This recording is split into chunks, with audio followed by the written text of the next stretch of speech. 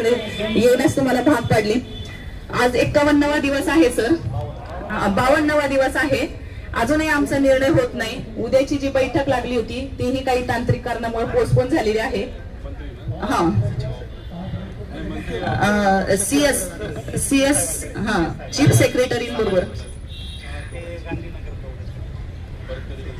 नाही दिली अजून, पुढच्या आठवड्यात बघू। तर आपणही आम्हाला संबोधित करावं की आज 25 वर्ष झाली आम्ही कॉन्ट्रॅक्ट बेसवरती काम करतो। आमच्यातले निम्मे सहकारी जे आहेत ते शासन सेवेत 8 ऑक्टोबर 2024 ला कायम झालेले आहेत।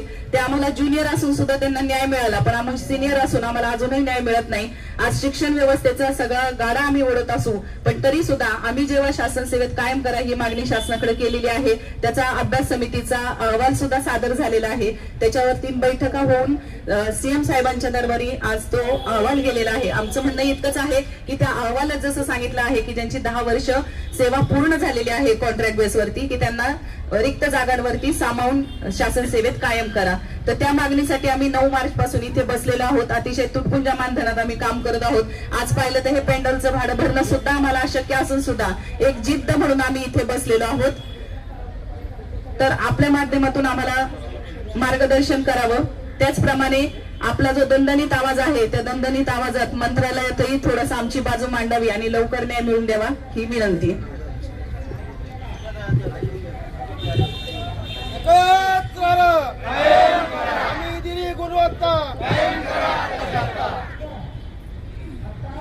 तुमची जी मागणी आहे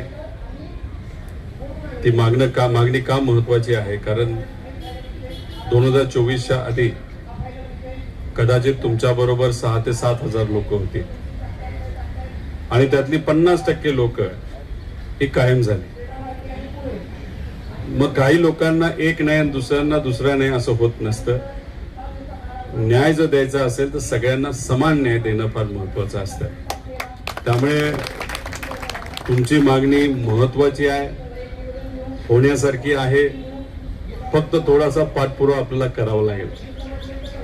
तो पाठपुरावा तुम्ही तुमच्या संघर्षाच्या माध्यमातून करतच आहात। 52 दिवस मुंबईमध्ये बसणं हे तसं सोपं नाही। मुंबईमध्ये गरमी तर आहेच, पण गरमी बरोबर इथं जो काही घाम गळतो त्याला काहीच मर्यादा नाहीत आणि कंट्रोल नाही। पण शेवटी आपल्या हक्कासाठी जो संघर्ष तुम्ही 52 दिवस करत आहात ते सुद्धा मुंबईमध्ये, त्याला खरंच तुम्हाला मानलं पाहिजे।